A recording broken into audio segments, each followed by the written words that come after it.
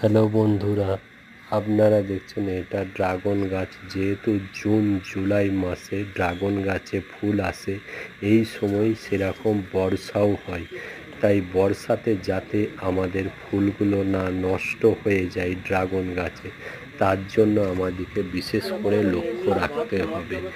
আর একটা বিশেষ করে এই টাইমে যেহেতু বর্ষাকাল, ফাঙ্গাস ও পোকামাকড়ের উপদ্রব খুব বেড়ে যায়।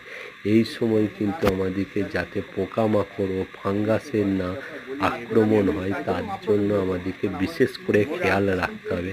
টাইম টু টাইম কীটনাশক ও ফাঙ্গিসাইড আমাদেরকে গাছেতে স্প্রে করতে হবে। দেখুন, এগুলো টবেতে লাগানো গাছ, কত সুন্দর, প্রত্যেকটা গাছেতে ফুল এসেছে। এই টাইমে ড্রাগন গাছের ফুলের সিজন, ফুল ফলের সিজন, ফুল ফল হয়, তাই এই টাইমে আমাদেরকে ড্রাগন গাছগুলোকে খুব ভালো করে লক্ষ্য নজর রাখতে হবে, যাতে না টবেতে বেশি পানি জমে যায়, সেই দিকেও আমাদেরকে লক্ষ্য রাখতে হবে। বেশি পানি জমে গেলে অবশ্যই টবগুলোকে উল্টে দিতে হবে।